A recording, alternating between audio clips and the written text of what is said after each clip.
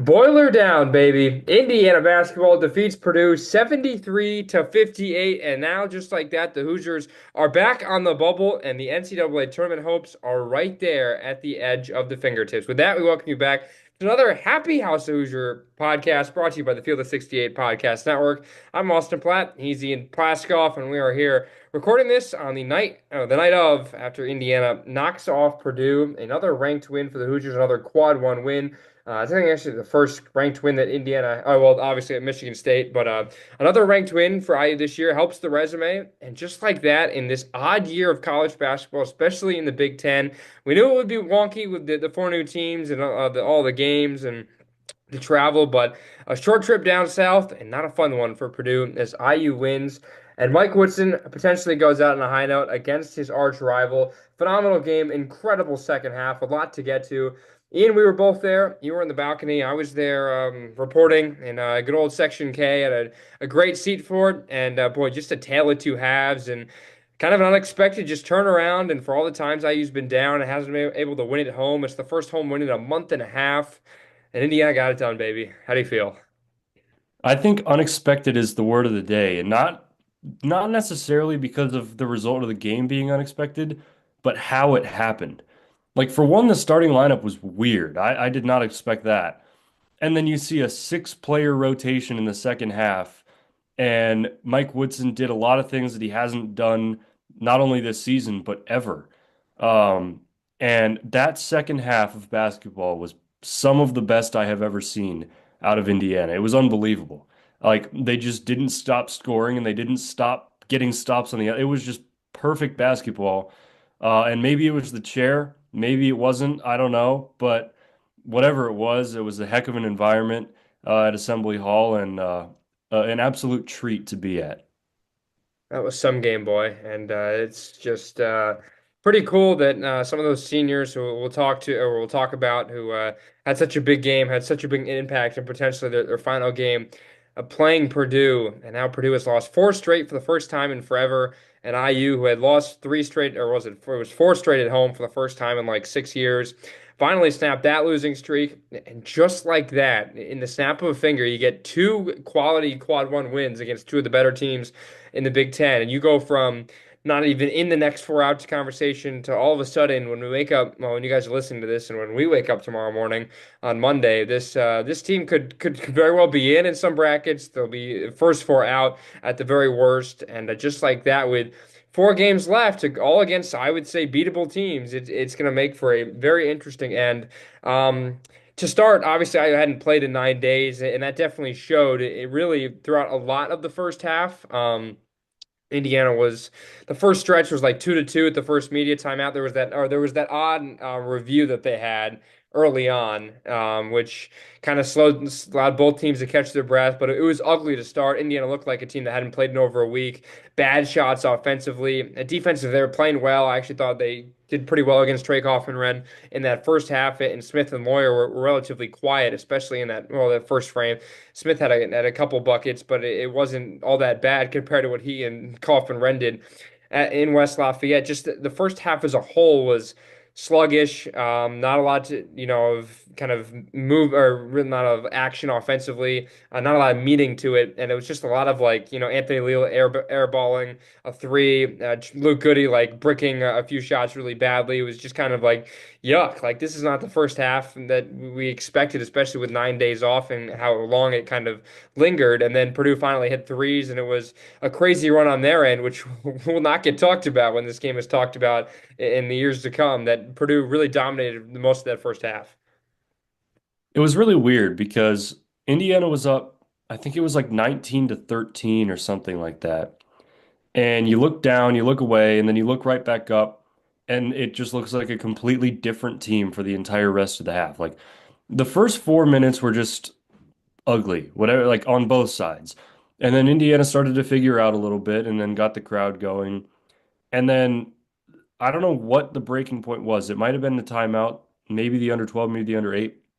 But Purdue just turned a switch on, and it was like an 18 to 2 run or something like that. And Indiana just didn't have an answer. And I will be honest, like I wasn't that mad about going into the half down 12 at 37-25. The 25 I was mad about, but 12 isn't bad for especially how Indiana finished that first half.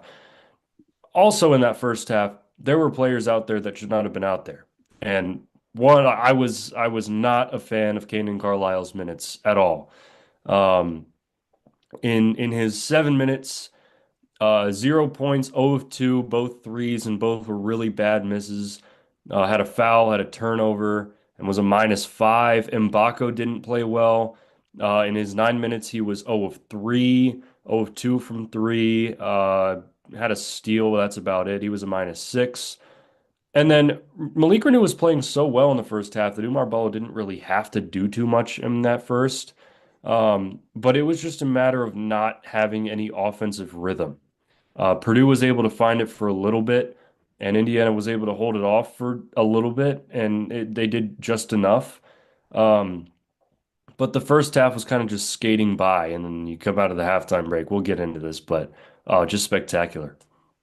Unreal. And Purdue finally made threes at the end of that first half. They started, I think, one of eight, or no, one of six or something, and they finished 6 of 11 in the first half. They knocked down five of their last six threes.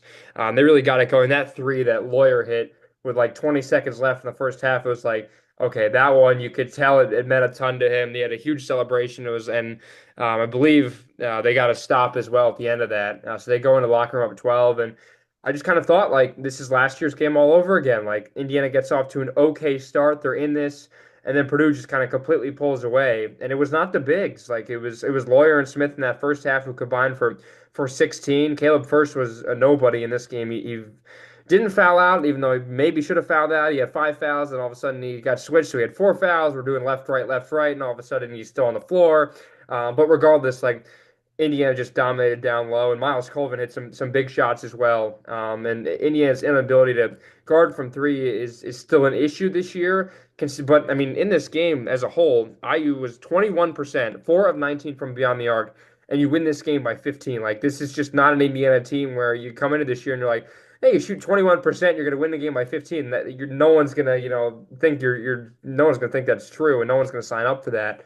But yeah, the first half was just ugly, and it's tough because there are not that many times where you get 9 days off nowadays. Like even like you get the Christmas break, that's the one like time where you maybe get 9 days off, or you get 14 games, 14 days. You're only playing three games or something like that. But just this stretch is so unheard of, especially before a West Coast trip, which is coming up. So that's what kind of makes it odd in that sense. But just kind of ugly and not a lot you can do about it, I guess. But offensively, just like not taking the right shots, forcing the threes, and like the two big lineup when it was out there in the first half, because it was only out there I think for 5 minutes is when both guys were on the floor together, both Ball and Renew. It was okay. Like Indiana wasn't getting smacked from down low. I don't know what the plus minus was when both were on the floor, but it worked out fine. Like Renew was just dominating down low. Balla was trying his best against Kaufman Wren, and they gave TKR some tough shots, like deep post shots, like from close to the free throw line. And you're going to give him that all day. And he made a tough one with his right hand in that first half, which is like, all right, you got to respect that. He's the best player on the team. Averaging a double double this year. I think right around that. So you just kind of got to let them get theirs, as we all like to say, and try and stop everyone else. But Indiana just did not do that. And that first half down by 12, it's like this could be last year's game all over again. This is like the Illinois game all over again, where this could turn into a tough blowout against a Purdue team. Let's be honest. That team's desperate. Like, not as desperate as IU. Like, obviously, they're in the tournament without a problem as poorly as they've played of late. But losing three straight is not something that we see with Matt Painter teams and all that. Losing to some of the better teams in the conference, Michigan State, Michigan, like these are like games that very well are going to decide the Big Ten title, and it seems like it's not going to be a three-peat for Purdue in a game with a ton of storylines. And it was like, man, they completely came out and kind of pummeled Indiana, and Indiana went away from the like giving the ball to the bigs. Like, why is Mbako taking shots? Why is Goody taking shots?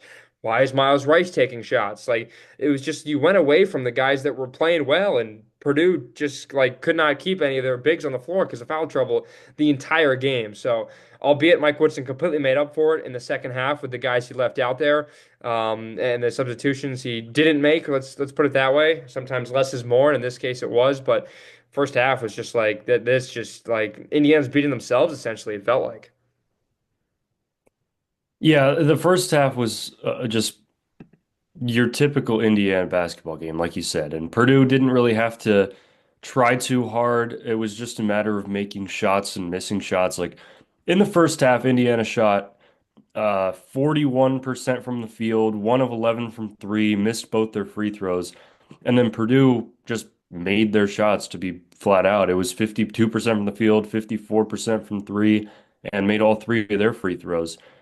And Indiana figured things out in the second half. And this is what I want to focus most of the game on because, to be honest with you, Austin, I don't really care what happened in the first half anymore.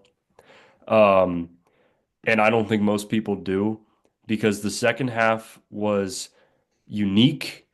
It felt like a classic Indiana basketball game. It felt like what this team was meant to be, or what Indiana basketball is meant to be, with the level of effort and the level of care from the fans to the players, to the players to the fans, coach to players, players to coach. Just everything just clicked. Um, and it like there are so few things that I could say badly about the second half, and I'm not going to say any of them because I don't think that's warranted. Because Trey Galloway, Anthony Leal, Miles Rice in the second half, Malik Renew especially, Umar Ballo came in, and Luke Goody as well. Second half performances all getting applauded by me because I think that they deserve, well, they deserve more than an applause for that, but that's about all I can give them at this very moment. Um, they took the game over. They commanded the pace, they drew fouls, they made shots. Everything that could have gone right went right, and they were the motor of that. Yeah, that was the best half of basketball. I don't even know since when. Like, it's funny because the Eastern Illinois game was like they played really well, but albeit it was against a bad team. But like, it was like at one point it was 28-3 in that second half in favor of IU, and I just thought I literally tweeted out. I said, "Sorry, Falcons fans, I'm bringing this up, but it's 28-3 right now in the second half." So, like, that's just the way it was, and this is the perfect example of defense creating offense. Like Indiana was on top of everything Purdue was doing. They were doubling Kaufman-Renn. They were giving us some incredibly tough shots. They were getting steals. They were pushing the ball in transition. They were making their shots. Even the and ones, they were converting those. The free throws weren't great. Ballo was not great from the free throw line in this game. He was 2 of 6. Don't even care anymore. As you mentioned, nothing. No point harping on that. But it's just the defense. This is you're right. This is the Indiana basketball we expected from IU for the most of this season, and we have barely gotten it. Like barely. Like a few games here and there where Indiana puts a good stretch together for over 35 minutes. But this is a team we've been yearning to see, and I get it that nowadays it takes more time to get accustomed to playing with one another and all different guys from all over the place. I get it, but it should not have taken this long for this team to figure it out. And better late than never. This team has what it takes, and I think I wrote a lot about how this is a team that is in the middle of a three-game homestand. The last time Indiana had a three-game homestand in the Big Ten was Mike Woodson's first year when they pieced just enough wins together to make it to the NCAA tournament. And I think this team is obviously a lot more dangerous than that team was to make a run, even if they have to play an extra game in Dayton or have to travel out west or whatever the hell it is. I don't care at this point. Like you get in, and this is a team with the way they perform, albeit against a Purdue team that is reeling, but you figured it out, and you've played tight against a lot of the best teams in the Big Ten as of late, and there's nothing wrong with that. So Indiana's right there. There's no doubt about it, and just the defensive intensity was incredible. Purdue 16 turnovers in that game, 11 of them in that second half. Indiana 19-1 points off turnovers. They just dominated down low. Like this is a game where, to be fair, like the threes were not falling. How many threes did Indiana take in the second half? They took 8, and it felt like less than that. They knocked down 3 of the 8. Rice got a 3, which he needed to see go in. Goody got one, I think, from the corner. and Galloway knocked one down as well. So they went away from that. 8 of the 25 shots in the second half were from three, or were only from three, so that was great. And overall, you stick to a game plan and it works. And Malik Renew on the double team, when he got doubled, he was phenomenal in this game. Like he was going straight to the basket. He didn't miss a single shot. 7 of 7 from the field. Had a free throw as well on an and one. Finished with 15 points, 1,000 point club, which is incredible for him in 3 years, considering he was sitting behind Trace Jackson Davis and Race Thompson in his first year, and had a really rough freshman year, and has been up and down in his IU career. But incredible for him, and just his ability to pass out of the double was unbelievable in this game. It reminded me of what Trace Jackson Davis has done in years past, and guys that double teams are coming, you got to prep for them. And Indiana clearly was ready for the double, and in this week to prepare for the game, they were ready. And Malik Renew deserves his flowers. He was a happy guy after the game, like he was smile on his face the entire time.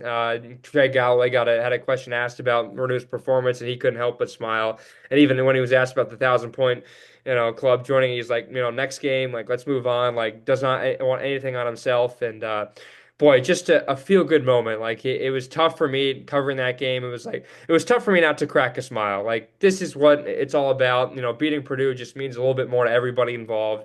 And just to get a win with the situation that IU is in right now.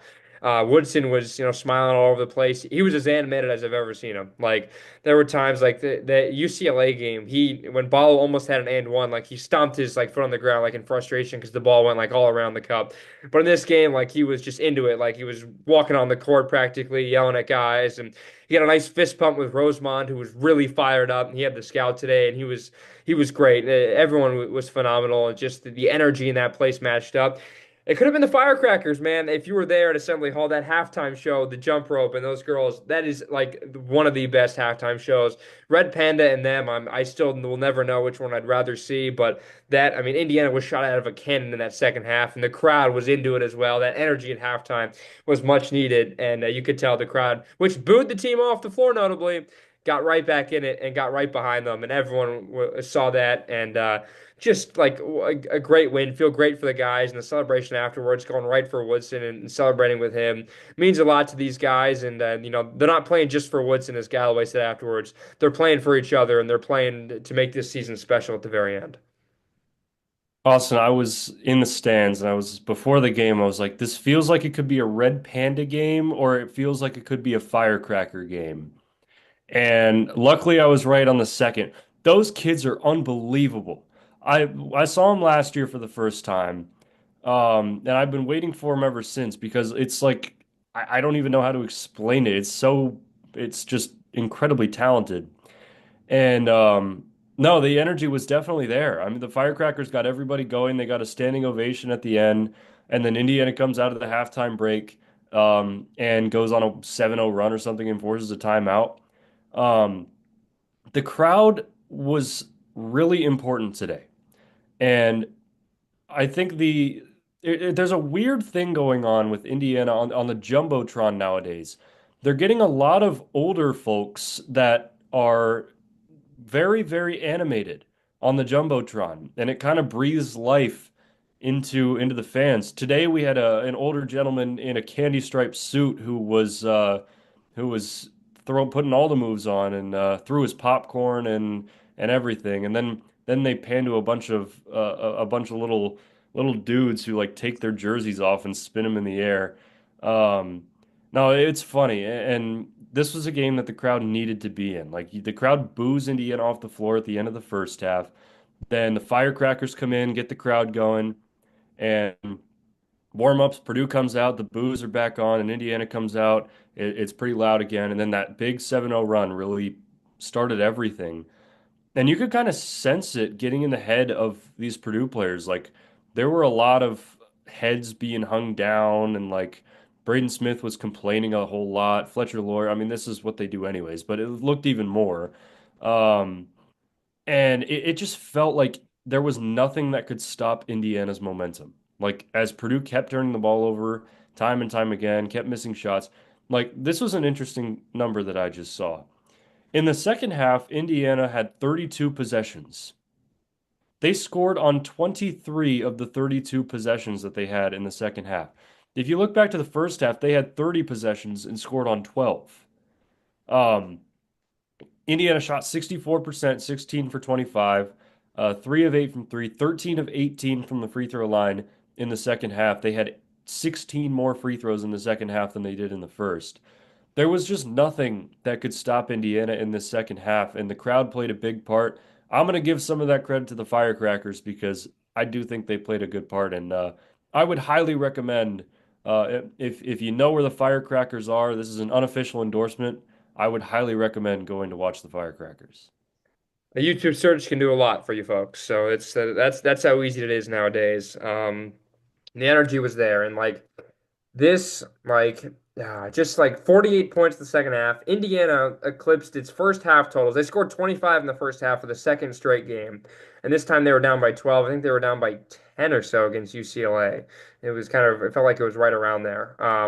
But regardless, like this was the game where you could sense like this is Indiana smelled blood. They came out defensively.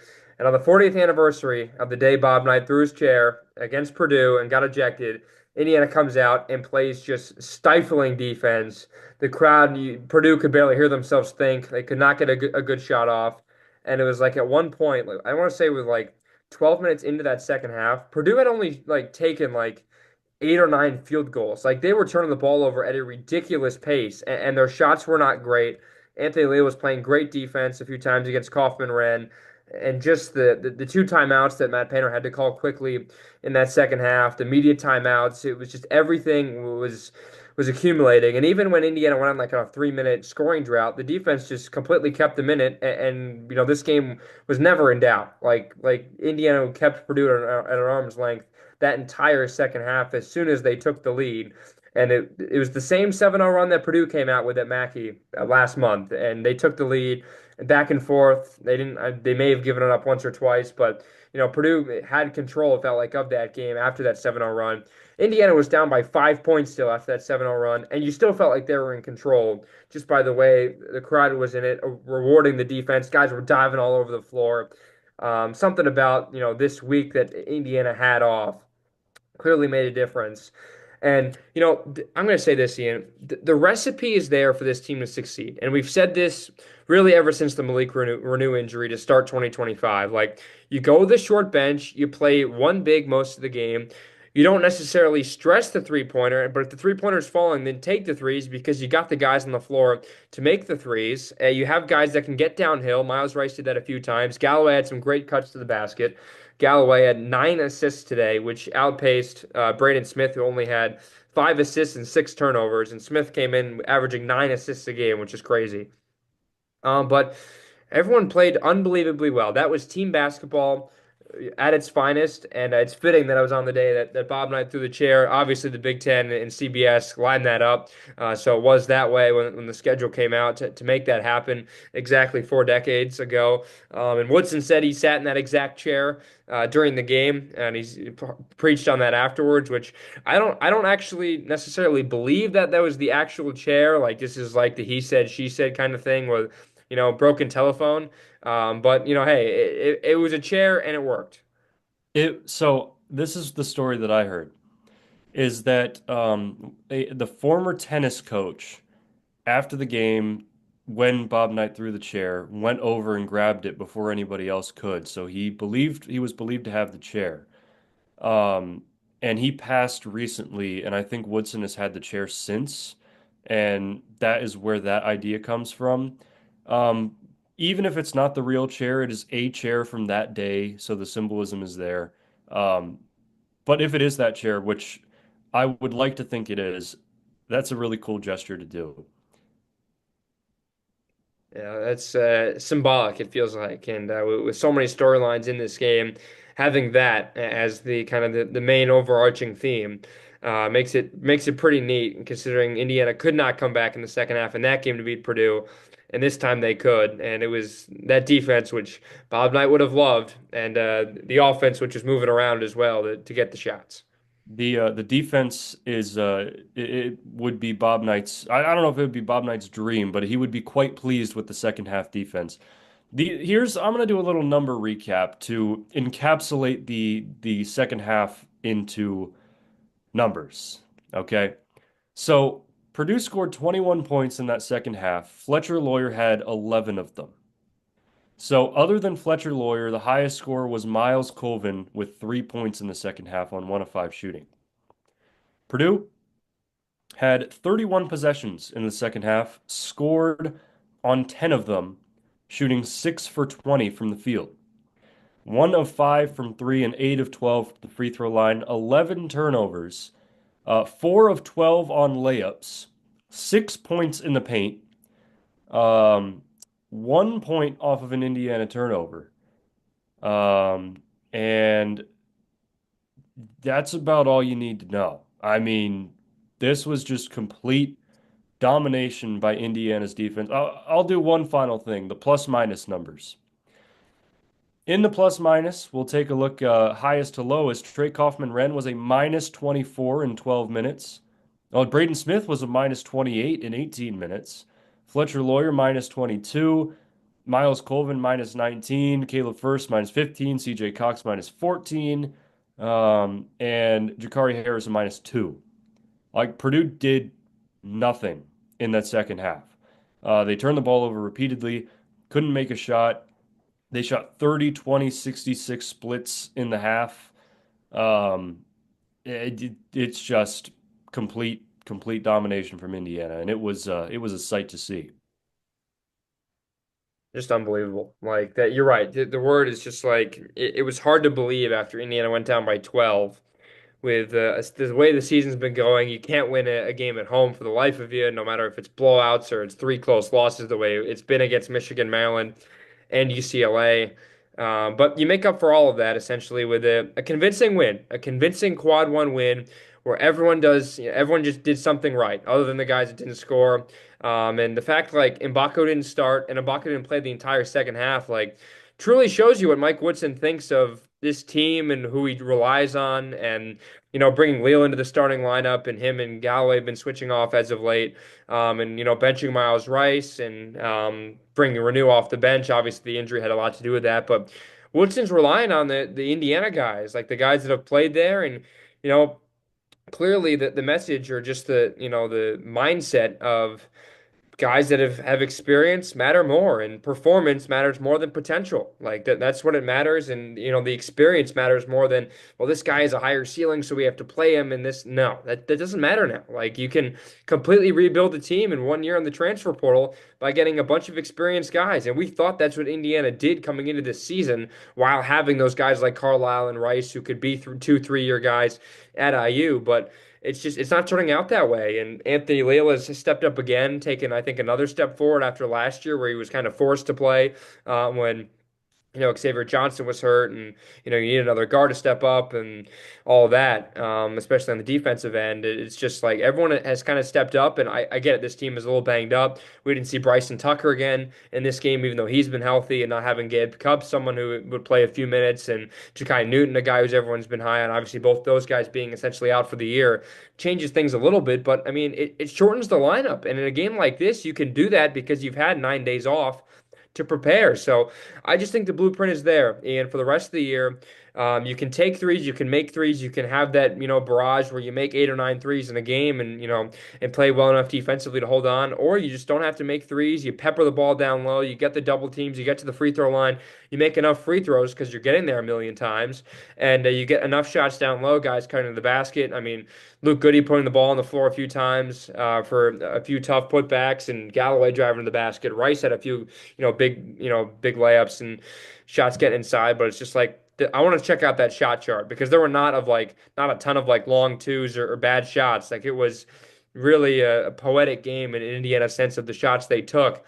And man, it's like now I heard someone say afterwards, it's like we could play the what if game. Like, oh, what if you actually beat Maryland, or what if you nicked Purdue at West Lafayette? Like, we can play the what if game all we want, but all you're asking for is a chance in the NCAA tournament. Like, you don't care. Like, you win one of those other games and everything else stays the same. Okay, fine. Like, maybe it's a seed line difference, but in the end, like, Indiana's goal this year is way more than getting to the NCAA tournament. So it doesn't matter how it's done. You just got to put yourself in position to do it, and it doesn't matter what position it is because if you play well down the stretch, we said 4-1 last time we talked a week ago, Ian, after the UCLA loss, and this is the obviously the first big step is to start 1-0. If you want to go 5-0 or 4-1, you can't go 5-0 if you don't go 1-0. And Indiana does that. And boy, you're licking your chops these last four games. It's a big opportunity. This was the hardest game of the remaining stretch, and it was the most important game of the remaining stretch. Because if Indiana went 4-1, but those four wins were Ohio State, Penn State, Washington, Oregon, that is not going to be enough. So you had to win against Purdue. The second biggest win for the rest of the stretch is Oregon, at Oregon, and then Ohio State, and then Washington, I would say. I'm kind of a believer in that they need to win out to make the NCAA tournament. It would depend on the Big Ten tournament. I think we're safe to say now, Austin, that Indiana will be in the Big Ten tournament. I think that is passed in the worry department. Um, but I think Indiana needs to win out. If they go 4-1, the loss has to be to Oregon. They cannot lose to any of Ohio State, Penn State, or Washington because those are going to be bad losses in the computer rankings. But this Purdue game is big. And I want to go back to what you said about the shot selection. Indiana was 28 for 54 on the game. Layups, they were 15 for 17, dunks 4 for 4. So that's about that's a solid portion. That's 19 of the 28 made field goals are from dunks and layups. So that's the goal. I mean, Indiana wants to punish you down low, and that's exactly what they did.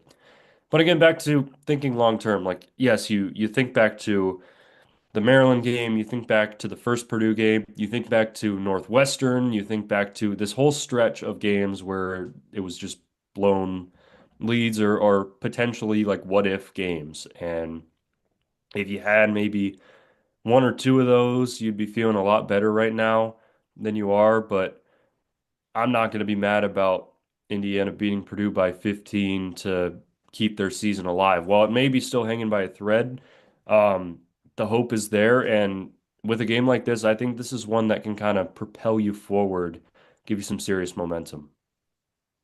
Yeah, I don't think Indiana needs to win out necessarily. And honestly like if Ohio State comes to town in that last game in March and the last regular season game and it's a quad one loss, then like and if you beat Oregon on the road for a quad one win, like I'm not going to get mad at that. So you have to I think with quad one and quad two you can't right you can't lose a quad two game is I think the mindset here. And obviously, Penn State coming on Wednesday will be quad two. And then at Washington will be quad two.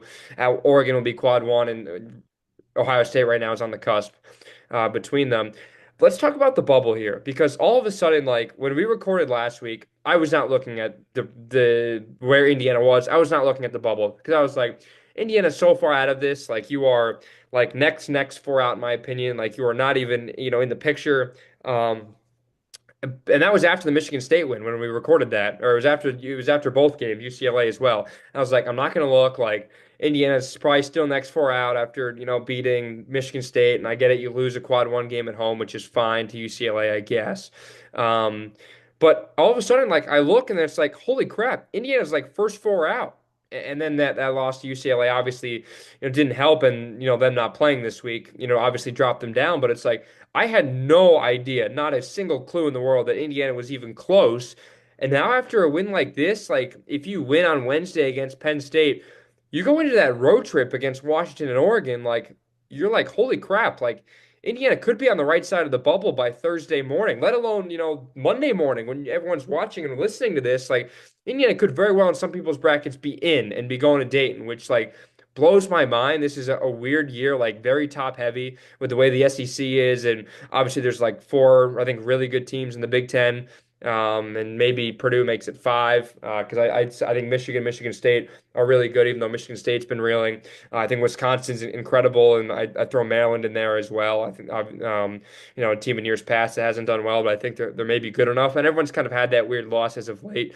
Purdue losing three straight, Wisconsin lost to Oregon at home, and obviously Michigan State losing to IU. But the Spartans have rebounded nicely, got a good win against Michigan, so it all kind of evens itself out, and that's the way Big Ten basketball is. But Ian, I had no freaking clue that Indiana was even close to the bubble, and all of a sudden, like you win this game. I said last week, I was like, all right, you sweep the homestand, you're right on the bubble, you're probably on the right side of the bubble. But if they beat UCLA last week, and then let's say they should beat Penn State at home, and they always had that last year and didn't happen, then like you would really be in good shape here. But like we can play the what if game, but it's like Indiana's closer than we think, which is crazy to think because they're now 4-10 in quad one games this year.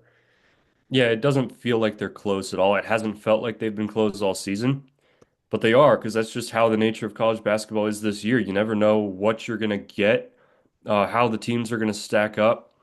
And obviously, Indiana's record isn't the greatest. Like, it's not a convincing record to be like, oh, let's put this team in the tournament if you're just looking at the number. But if you look at the way they've won and the way they've lost, it's like they're kind of floating in the middle, like all year. We've talked about this all year long. In the non-conference, they did nothing to impress and they did nothing to fail. So they stayed in the middle. In the Big Ten slate, they've had great wins. They've had a couple great wins. They've had a couple bad losses, and then they floated in the middle the rest of the way. So they're kind of just like riding this line of like just being right on the cusp of either the bubble or the first four. Um, and it's been those couple of plays that have kind of thrown them off the line, either one way or the other. In this one, it was an entire game, which thankfully that was what Indiana needed. But it's plays like the Leal stop at Ohio State that pushed them on the positive side of the line. It's the play like the miscommunication in the Maryland game that pushed them on the negative side of the line. And then it's the games in between that they kind of just continue to ride that line forward where they never really make any kind of jump. But this game against Purdue was that jump. This is what Indiana needed to finally get off that line that they've been riding all year long of just not doing anything to impress or not do anything to take away. Um, and if they win out or win at Oregon, win versus Ohio State, and then you may drop one here or there on the West Coast, and you definitely have to beat Penn State. But if they can do that, that'll continue to get Indiana to go above that line and stay above that line that this Purdue game got them over. Yeah, Over Indiana got the over the hump, hump. one might say. There you go. There you said at the same time, Jinx. Yeah, it's just we've talked about this. The way that the expectations were set and everything like that, like completely blew this team out of proportion and blew anything we expected. And it's got to be a Sweet 16 or else Woodson's out. And obviously, that's not the way the season has gone. But like a game like this really proves to you, like Indiana's ceiling is still fairly high. Like people are obviously just going to always pick Indiana to go on a run. I mean, that was the way it was in Woodson's first year. People were like, all right, they win the first four game against Wyoming, and a lot of people gave them a shot to beat St. Mary's. And that's just the way these IU teams are. They've always kind of played well at the right time, and you string enough wins together, get to the into the Big Ten tournament, which is obviously in Indianapolis, huge home court advantage. And like the way that crowd was today, like even at the start, like the booing thing is going to be over with. Like, there's going to be no more booing at the beginning. Woodson's on his way out. There's no point in booing him now. And halftime, fine. If they're playing like crap, I don't love booing, against your rival.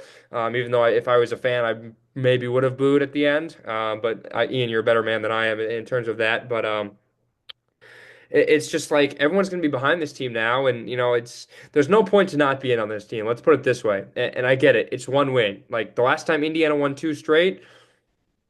I couldn't tell you. It was probably what, beating USC and Rutgers, something like back to beating Penn State, Rutgers, USC, somewhere. It was that 5 game winning streak right Yeah, that's before right. in January. Because if you're not winning two straight at home, and you don't win a ton on the road, then you're not winning two straight, period. So that's just kind of the way it is. So you have to back this up with a win on Wednesday. The last time Indiana had three straight games at home, I go back to this 3 years ago. They beat Purdue that first game, the Rob shot, everything like that. Ian, quiz here. You remember the next game? Coming off a high, you're beating Purdue, got another game at home It was, oof, man, this is a while ago. 3 years ago. I wasn't a student at this time. Yeah, yeah. I So still I'm gonna watched give you. every game, but it wasn't like ingrained into my memory. Was it the game, um, was it Northwestern? No, it was not. No, Oh, it was another. It was a home game. It was what did I drop hints? It's someone who the IU fan base hates. Like, and it's not Purdue, but it's like just a player in the Big Ten that IU well, there's fans a few of them. Was despise. this the Ron Harper Jr. shot? No, no, this was early. This was the middle of January. This was late January to early. I think this was late last three games in January in I'm just gonna 2020. keep rattling off people IU guys, IU. Ugh, I'm gonna rattle off He's guys still in that beat college Penn State. basketball. Let's put it that way. If that What'd tells you you, say? he's still in college basketball. Ooh, I was Not gonna go with Jordan Bohannon here, but No, but that not might be not some with switching this up. Big Ten team, but he's still playing college basketball at a marquee school. Man, I've got nothing. Um, Different coach now. Not that that really narrows it down. Let's see, what else can I say? This is kind of embarrassing. I just kind of want you to get Another the. game on CBS. Hopefully, someone at home is yelling at their screen right now. Ian, how do you not know this answer? It was Michigan. It was Hunter Dickinson. It was Okay. Michigan completely came into IU and dominated. They scored over 80 points. It was like it was a complete hangover game. Like it was embarrassing. And it was like you completely essentially washed everything away from that Purdue win by losing to Michigan. And this happened the year after you beat Purdue, the Jalen Hood-Schifino year. You beat them at home. Then the next game, you or no, you won on the road, and then you lost to Iowa at home. Like that, it's kind of been the same thing. And then in that Woodson's first year, they beat Penn State at the end of the three-game homestand, which is they have the same case here. Penn State at the end of a three-game homestand in Big Ten play. So this means nothing if you don't win on Wednesday. Simple as that. Great, beat your rival. Feels great for everybody, great for the state, great for recruiting, great for the assistant coaches, great for everybody involved. This means nothing if you can't beat Penn State on Wednesday.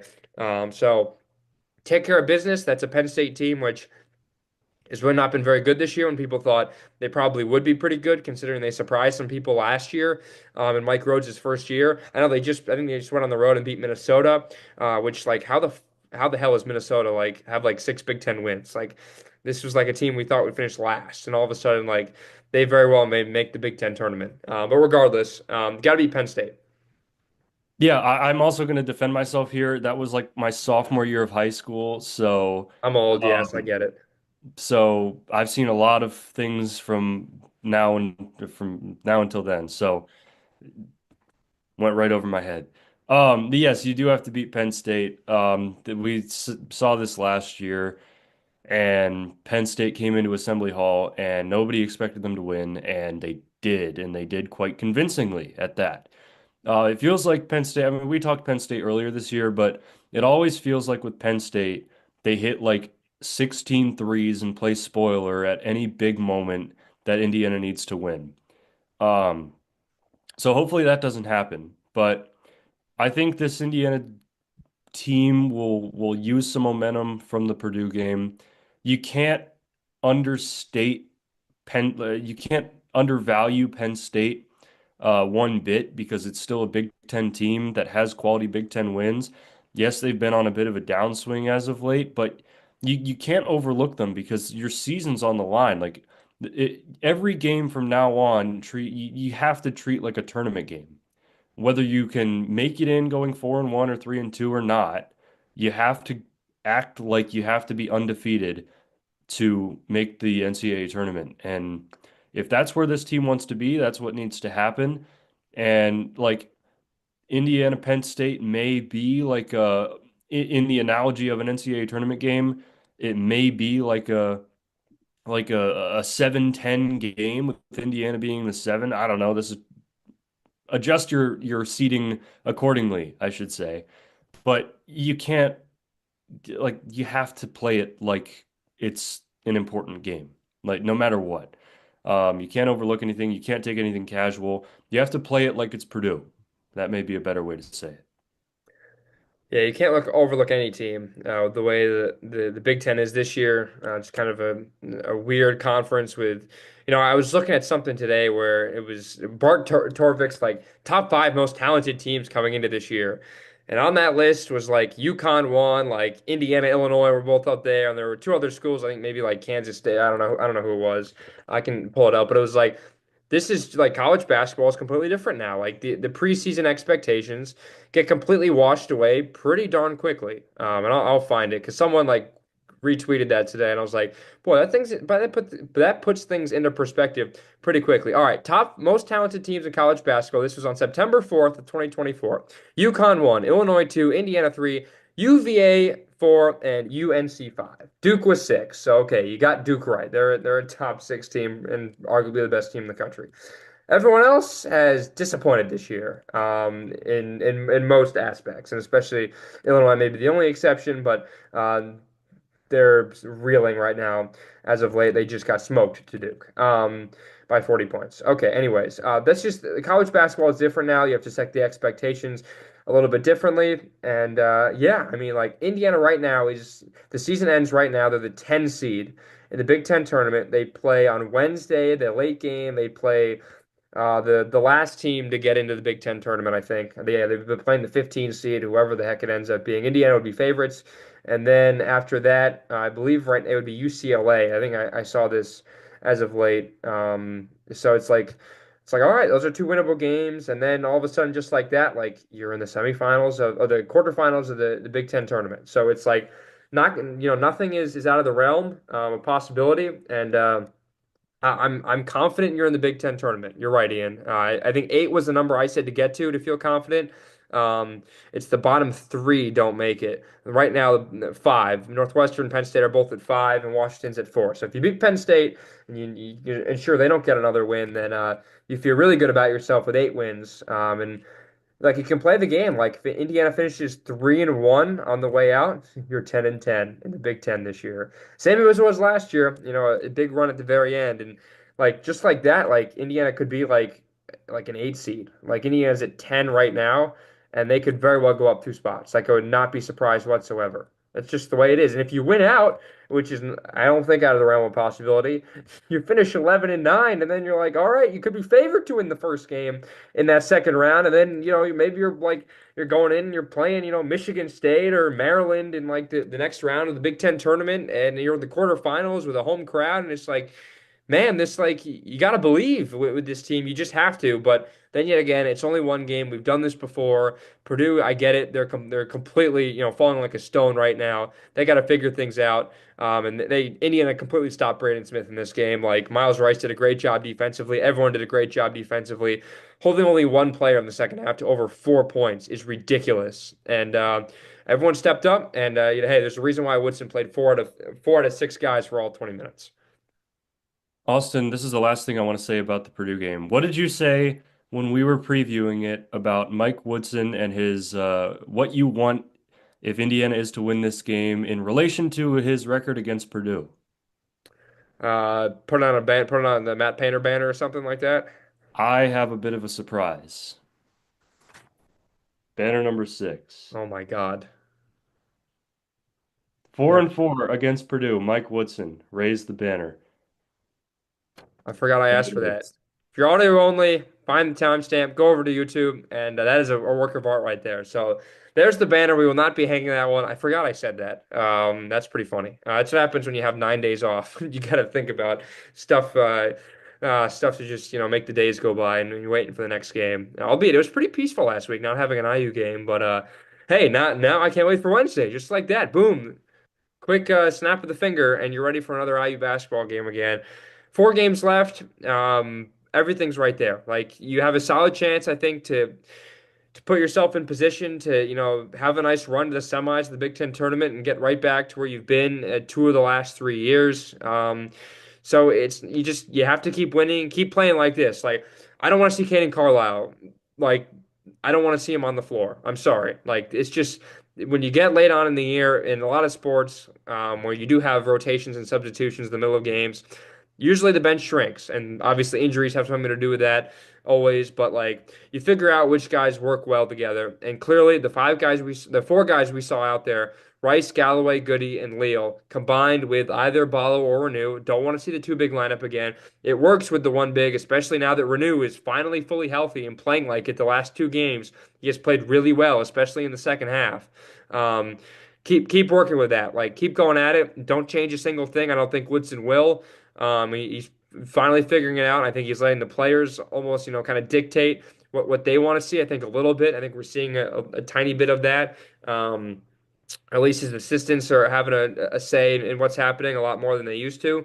The formula is there. Short lineup. Don't force the three. Don't force bad shots. Feed the ball in the paint if it's working, and keep the motion offense going. Like if Renew gets caught in a double, somebody cut to the basket, and Renew's going to make the right pass. And you keep knocking down open shots, which in the first half and even to start the second half, like Indiana missed some shots that usually fall. And Goody did not have, I don't think, a phenomenal game by his standards. 11 points off 4 of 9 shooting, 2 of 6 from beyond the arc, which is not great, but enough. You get in double digits, you can't complain. If Indiana and Mike Woodson in particular goes back to the old ways of the old rotation, using too much of the too big lineup, forcing bench players to come in, I genuinely think that would ruin the rest of the season. I could be wrong, but when you have something that works, obviously you're playing different teams that are going to be different lineup wise. But if you completely abandon what works, and we've seen that this lineup and this concept has worked in the later part of the season, would not really doesn't really depend on the team. If you go completely away from that and then put another lineup out of like Rice, Galloway, Renew, Ballo, and uh actually that wasn't a good example. If you put in like the bench players and you put in too much of some guys that don't really need to be out there without, if you put guys in at the wrong time, like you don't combine Rice and Galloway on the floor at the same time, you put a lineup of like Leal, Carlisle, Goody, Tucker, and Ballo. Like none of that. No. You got to tighten the rotation. This is like the playoffs, like I said. Like you see in the NBA playoffs, they'll go from like they have 15 men rosters, they play like 8 guys in a rotation. In the NCAA tournament, you're going to tighten your rotation. Every game from now on should be treated like an NCAA tournament game. So with that, you can't be trying new things out. You have to know what works by this time of the year. The excuse of we're still trying to learn our team is long gone. It worked against Purdue. I'm happy it did, and you should stick with that or stick with something that you know works. Stop trying new things and treat every game like a tournament game from now on. That's my spiel. It's as simple as that. It really is. We don't need to overcomplicate this. We've overcomplicated this team all year, and it's easy. It's right there in front of you, as a wise man once said. So with that, Ian, any final thoughts? Boy, it feels good, man. Just like I'm gonna be walking around this week with a smile on my face, like really happy that IU got this win. You beat your rivals. You probably washed them out of winning the Big Ten again, and you get that one home win, which you've been just yearning for the longest time. I mean, we weren't even in classes didn't even start when the last time IU won a home game before Sunday. So it just feels so good. Just good day to be a Hoosier. It's a great day for me, and I think the funniest thing, which I'm not even going to be able to see, my dad is an IU guy. I'll straight like he's an IU guy through and through. He's a professor at Purdue. So when he goes into class, either tomorrow or on Tuesday, and just subtly acknowledges that game with all the Purdue students in his classes, oh, that's going to be sweet. But yes, on a personal level for me, um, it was my first ever IU Purdue game that I've gone to in person. It delivered on in every way possible. I didn't expect anything like that, especially in the second half. And you're right, it just feels good. It made Sunday a great day. It'll make it a good week and a great way to end the weekend. Pretty awesome. All right, we'll be back after the Penn State game on Wednesday. We'll preview that West Coast trip, and yes, remember Mike Woodson may very well be 4-4 at the end of the day against Purdue, and IU fans wanted him out. Purdue fans wanted to extend him. I don't know if Boilermaker fans should be going back on their word on that one. You might have to be biting your tongue because he played very well. Mike Woodson outcoached Matt Painter today with the short lineups, reading everything. And the assistant coaches deserve a lot of love. Yasir Rosemont deserves a heck of a lot of credit in this game for putting together that scout. Yeah, snaps, claps all around. Because I think he had the scout for the Purdue game in West Lafayette. Damn, they were so close to winning that game. And clearly they had something cooking because with 9 days off, put the chef's hat on his head. They cooked, and Indiana got the win. And with that, we'll wrap it up here on the House Hoosier podcast. For Ian, I'm Austin. Boy, it feels good to beat Purdue. We'll be back later this week, hopefully after another Penn State win, and preview that West Coast trip. But for now, have a great week, everybody. We'll talk to you soon.